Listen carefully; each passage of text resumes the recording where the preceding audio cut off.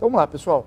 A gente tem duas maneiras principais, infelizmente, de socorrer. Existe a maneira ligada ao transtorno depressivo, que é a maior correlação que existe, mas existem outras patologias da psiquiatria também que têm uma relação.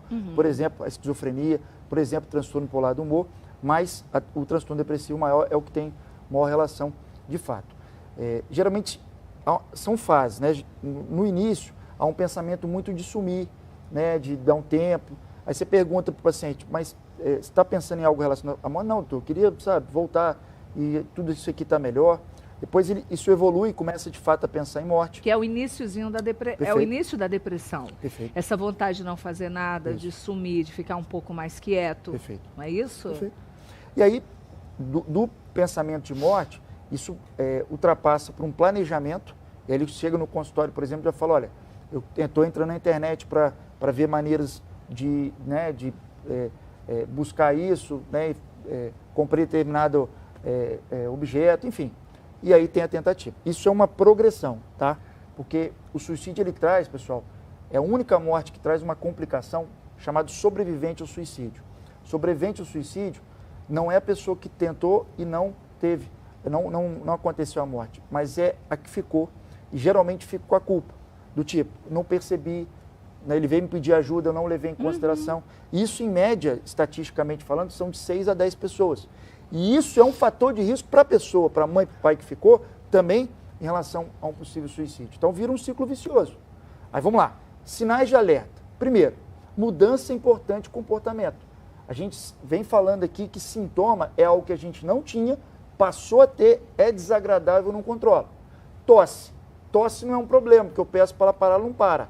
Não é uma característica da minha personalidade, porque eu não tenho tosse desde a infância. Então, tosse é um sintoma, ou seja, eu não tinha, ela apareceu, é desagradável, eu não controlo. Então, a partir do momento que o seu filho, né, o seu amigo, ele começa a mudar o comportamento dele, do tipo, ele não está mais indo em evento social, ele está aumentando o consumo de álcool de forma excessiva, ele está começando a usar substância, ele está caindo o rendimento no colégio, na faculdade. Ele, se for uma criança mais nova, ela fica muito irritada, fica muito chorosa.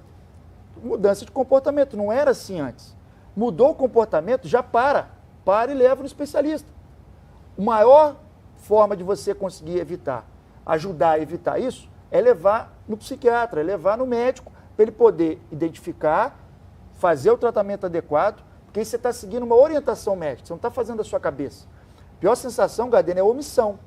Né? Ou seja, poxa, eu tentei achar que era do meu... Não, você vai levar no especialista fazer isso.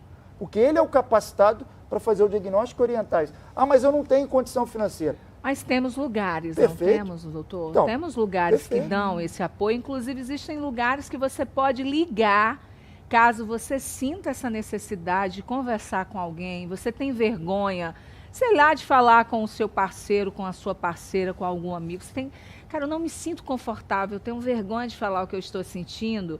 Você pode sim, porque olha só, falando em saúde mental, eu estou falando dos serviços, existe um plantão, né? Existe um serviço de plantão psicológico na Tijuca, por exemplo, que é um espaço de escuta e acolhimento disponível para qualquer pessoa que sinta necessidade.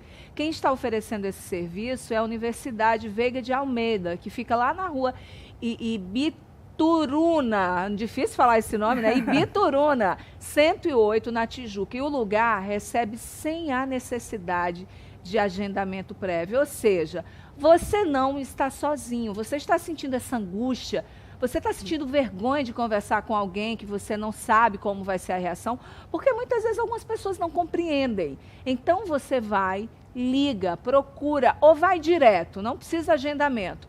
Eu tenho certeza que vai ser bom para você, mas olha, a vida é maravilhosa.